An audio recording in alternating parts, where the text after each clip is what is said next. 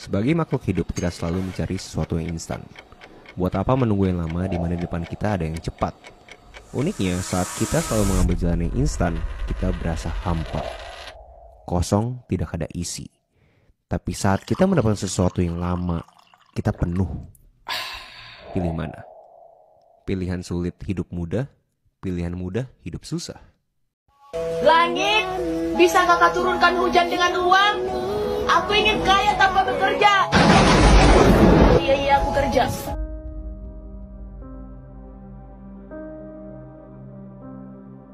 Hidup itu sebenarnya mudah dan simpel, untuk meraih sesuatu dalam waktu 1,5 jam saja.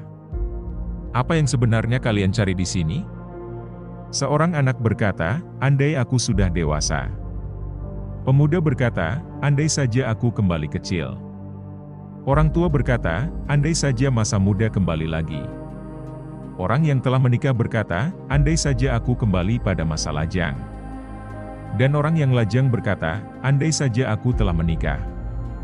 Orang yang tidak memiliki anak berkata, andai saja aku punya anak walau hanya satu.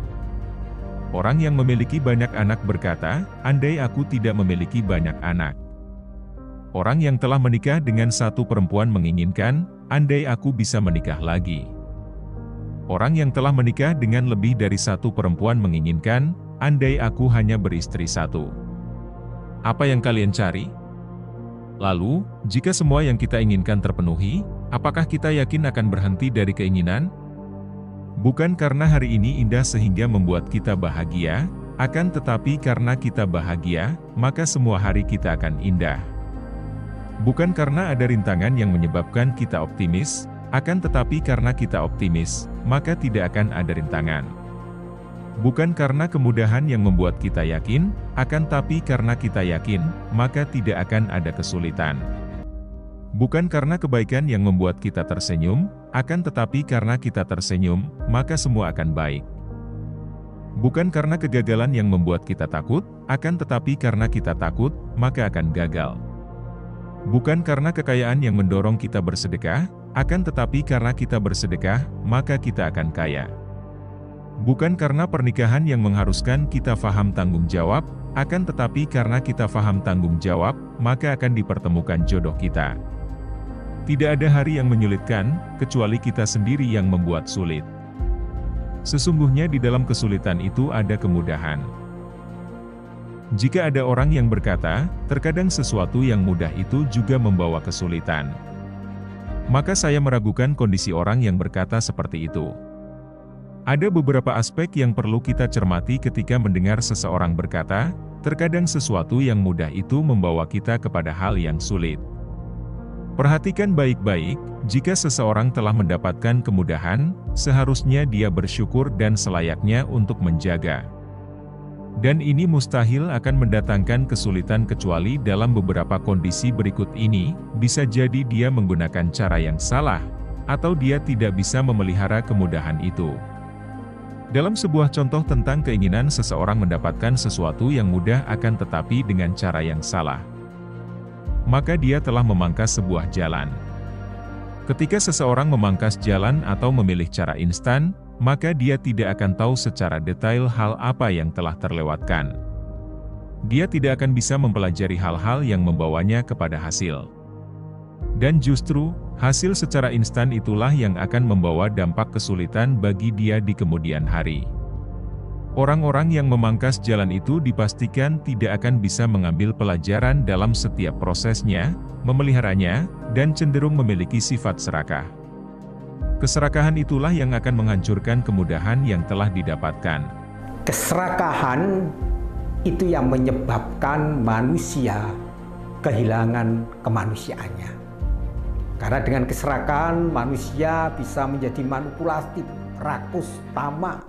Cara instan pasti akan merusak hasil, entah itu berupa makanan, minuman, karir, jabatan, hubungan, bisnis, dan sejumlah perkara lainnya. Jajan minuman instan rasa green tea latte di Alfamart. Ada 1 bungkus green tea latte powder dan 1 sedotan. Langsung aja kita tuang air panasnya. Aduk-aduk. Green tea latte hot siap dinikmati. Allah Subhanahu wa Ta'ala berfirman, "Karena sesungguhnya sesudah kesulitan itu ada kemudahan." Sesungguhnya sesudah kesulitan itu ada kemudahan. Quran Surat Al-Nasr ayat 5 dan 6. Sebuah riwayat dari Anas, ketika itu Nabi Shallallahu Alaihi Wasallam sedang duduk dan sekelilingnya ada lubang, beliau bersabda, "Seandainya kesulitan itu datang dan masuk dalam lubang ini, maka akan datang kemudahan dan ia turut masuk ke dalam lubang tersebut sampai ia mengeluarkan kesulitan tadi." Lantas turunlah potongan ayat yang disebutkan di atas. Al-Hakim dalam Al-Mustadrak jilid 2 halaman 255. Al-Hasan Al-Basri mengatakan bahwa ketika turun surat Al-Nasr ayat 5 dan 6, Rasulullah Shallallahu Alaihi Wasallam bersabda, "Kabarkanlah bahwa akan datang pada kalian kemudahan. Karena satu kesulitan tidak mungkin mengalahkan dua kemudahan." Perkataan yang sama disampaikan oleh Qatadah, diceritakan pada kami bahwa Rasulullah Shallallahu Alaihi Wasallam pernah memberi kabar gembira pada para sahabatnya dengan ayat di atas, lalu beliau mengatakan, satu kesulitan tidak mungkin mengalahkan dua kemudahan. Riwayat-riwayat ini adalah riwayat mursal, dikeluarkan oleh Ibnu Jarir At-Tabari dalam kitab tafsirnya jilid 24 halaman 496. Al-Hasan Al-Basri mengatakan, para sahabat dahulu berkata bahwa satu kesulitan tidak mungkin mengalahkan dua kemudahan. Disebutkan dalam tafsir Al-Quran Al-Azim jilid 7 halaman 598. Sanad riwayat ini Hasan. Ibnu Katsir menjelaskan perkataan di atas dengan kaidah ilmu bahasa Arab, kesulitan, al-usru, menggunakan isim makrifat yang didahului alif lam di dua keadaan, maka kesulitan pertama dan kedua dianggap satu atau dianggap sama. Sedangkan kemudahan, yusrun, menggunakan isim nakiroh bertanwin yang menunjukkan makna keumuman, universal, atau tidak bisa dikhususkan secara makna maupun jumlah. Sehingga kemudahan itu berbilang, bukan hanya satu. Oleh karenanya disebut, satu kesulitan mustahil mengalahkan dua kemudahan. Kesulitan pertama yang disebut dalam ayat sama dengan kesulitan kedua, berarti kesulitan itu hanya satu. Sedangkan kemudahan itu berbilang. Tafsir Al-Quran Al-Azim jilid 7 halaman 598. Tawakal jadi sebab utama keluar dari kesempitan. Di awal-awal kesulitan, kadang belum datang pertolongan atau jalan keluar. Namun ketika kesulitan semakin memuncak, semakin di ujung tanduk, maka setelah itu datanglah kemudahan. Mengapa demikian? Karena di puncak kesulitan, hati sudah begitu pasrah. Hati pun menyerahkan seluruhnya pada Allah, Rob tempat bergantung segala urusan. Itulah hakikat tawakal. Tawakal dengan bersandarnya hati pada Allah lah, itulah sebab semakin mudahnya mendapatkan jalan keluar dari kesulitan yang ada. Ibnu Rajab Al-Hambali rahimahullah berkata, jika kesempitan itu semakin terasa sulit dan semakin berat, maka seorang hamba jadi putus asa. Demikianlah keadaan hamba ketika tidak bisa keluar dari kesulitan. Ketika itu, ia pun menggantungkan hatinya pada Allah semata. Akhirnya, ia pun bertawakal padanya. Tawakal inilah yang menjadi sebab keluar dari kesempitan yang ada. Karena Allah sendiri telah berjanji akan mencukupi orang yang bertawakal padanya. Sebagaimana Allah Ta'ala berfirman, dan barang siapa yang bertawakal kepada Allah, niscaya Allah akan mencukupkan keperluannya. Quran Surat At-Tolak ayat 3. Butuh adanya kesabaran. Setelah kita mengetahui berita gembira bagi orang yang mendapat kesulitan dan kesempitan, yaitu akan semakin dekat datangnya kemudahan, maka sikap yang wajib kita miliki ketika itu adalah bersabar dan terus bersabar. Artinya, ketika sulit, hati dan lisan tidak berkeluh kesah. Begitu pula anggota badan menahan diri dari perilaku emosional seperti menampar pipi dan merobek baju sebagai tanda tidak ridho dengan ketentuan Allah. Sabar menanti adanya kelapangan adalah solusi paling ampuh dalam menghadapi masalah, bukan dengan mengeluh dan berkeluh kesah. Imam Asy-Syafi'i pernah berkata dalam bait syair, "Bersabarlah yang baik, maka niscaya kelapangan itu begitu dekat." Barang siapa yang mendekatkan diri pada Allah untuk lepas dari kesulitan, maka ia pasti akan selamat. Barang siapa yang begitu yakin dengan Allah, maka ia pasti tidak merasakan penderitaan. Barang siapa yang selalu berharap padanya, maka Allah pasti akan memberi pertolongan. Dalam syair Arab dikatakan, sabar itu seperti namanya, pahit rasanya, namun akhirnya lebih manis daripada madu. Semoga Allah senantiasa memudahkan kita meraih kelapangan dari kesempitan yang ada. Haruslah kita yakin badai pasti berlalu. Hanya Allah yang memberi taufik. Dalam sebuah riwayat, pernah suatu ketika Nabi Muhammad bertanya kepada malaikat Jibril, apakah dia pernah tertawa atau tidak? Apakah engkau pernah tertawa wahai Jibril? Tanya Rasulullah. Jibril menjawab, pernah. Rasulullah bertanya kembali, kapan wahai Jibril? Jibril menjawab, ketika manusia mencari sesuatu di dunia ini, sedangkan sesuatu itu tidak ada di dunia. Sejak manusia dilahirkan hingga meninggal, mereka mencari sesuatu yang tidak ada di dunia ini. Jibril pun juga berkata lagi, hal yang dicari itu adalah ketenangan. Allah tidak akan pernah menciptakan ketenangan di dunia, tetapi Allah menciptakannya di akhirat. Ketenangan dan kebahagiaan yang dicari semua manusia di dunia ini hanyalah fata morgana belaka. Kalau kamu sedang berada di dalam persimpangan hidup yang tak kunjung usai, mencari makna kehidupan dan eksistensi diri, serta berusaha membangunkan kembali mimpi-mimpi lama, ingatlah tentang siapa kamu, di mana kamu, untuk apa kamu, apa tujuanmu, berapa lama kamu di sini. Dalam tafsir As-Sakdi karangan Syekh Abdurrahman bin Nasir As-Sakdi rahimahullah, pakar tafsir abad 14 Hijriah menjelaskan tentang makna Quran Surat Al-Mukminun ayat 112 hingga 114. Allah bertanya, dalam rangka untuk mencela dan menetapkan bahwasannya mereka itu orang-orang yang dungu, dalam waktu yang sejenak saja mereka sudah membukukan setiap kejelekan yang mendorong mereka menuju kemurkaan dan hukumannya. Mereka tidak menghasilkan kebaikan yang diperoleh oleh kaum mukminin yang mengantarkan mereka menuju kebahagiaan abadi dan keridhaan Rob mereka. Berapa tahunkah lamanya kamu tinggal di bumi? Mereka menjawab, kami tinggal di bumi sehari atau setengah hari. Jawaban mereka ini berlandaskan pada anggapan mereka begitu pendeknya masa tinggal mereka di dunia. Pernyataan ini sudah memperlihatkan sebuah manfaat. Akan tetapi, tidak menunjukkan kadar sebenarnya dan tidak menentukannya. Karena itu, mereka berkata, maka tanyakanlah kepada orang-orang yang menghitung, yaitu orang-orang yang benar-benar menguasai hitungannya.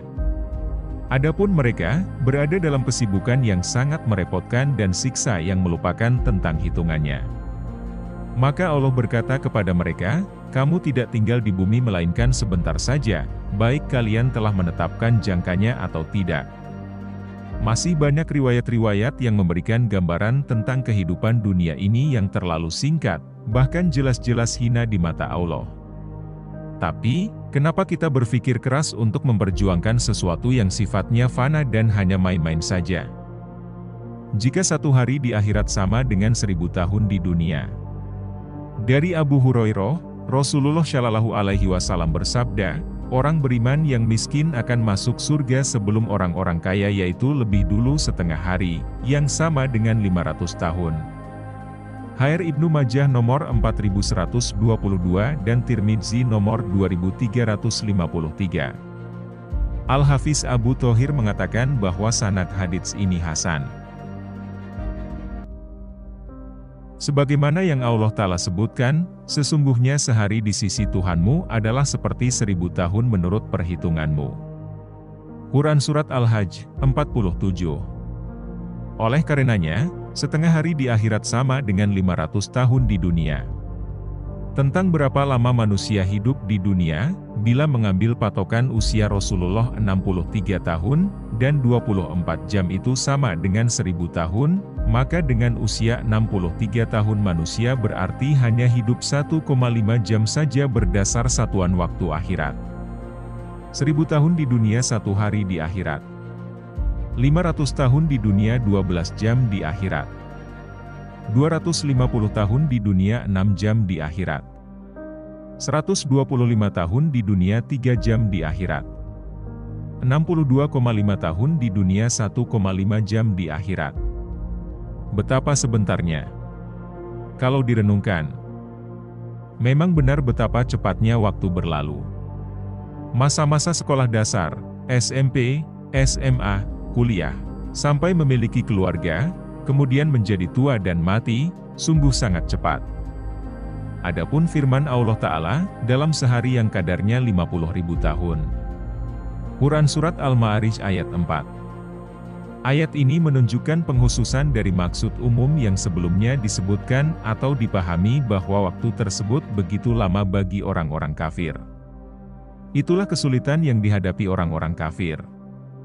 Dari Aisyah radhiyallahu anha, ia ketika itu mengingat neraka, lantas ia menangis. Rasulullah Shallallahu Alaihi Wasallam bertanya saat itu, "Apa yang membuatmu menangis?" Aisyah menjawab, "Aku mengingat neraka, lantas aku menangis." Apakah kita akan mengingat keluarga kita pada hari kiamat? Rasulullah Shallallahu Alaihi Wasallam menjawab, ada 3 keadaan seseorang tidak akan mengingat siapapun pada hari kiamat. 1. Ketika di sisi mizan, sampai seseorang mengetahui timbangannya ringan ataukah berat. 2. Ketika berada pada sisi kitab catatan amal, ketika dikatakan, ambillah, bacalah kitabku ini. Sampai ia mengetahui apakah catatannya diambil dari sisi kanan, ataukah sisi kiri, atau dari belakang punggungnya. 3. Ketika berada di Syirot, jembatan, yang dibentangkan di atas jahanam. Hadis riwayat Abu Daud nomor 4755, Tirmidzi nomor 2235. Lalu bagaimana kondisi seseorang yang hidup selama 1,5 jam itu dipenuhi dengan rasa takut, kecemasan, atau hasrat yang terlalu tinggi untuk mewujudkan segala keinginannya? Setiap masalah yang muncul itu sesungguhnya dikarenakan dirimu sendiri, dan jalan keluar yang kamu butuhkan pun berasal dari Allah melalui dirimu sendiri. Apakah kalian mampu menempatkan diri kalian sesuai dengan proporsionalitasnya atau tidak? Silahkan renungkan.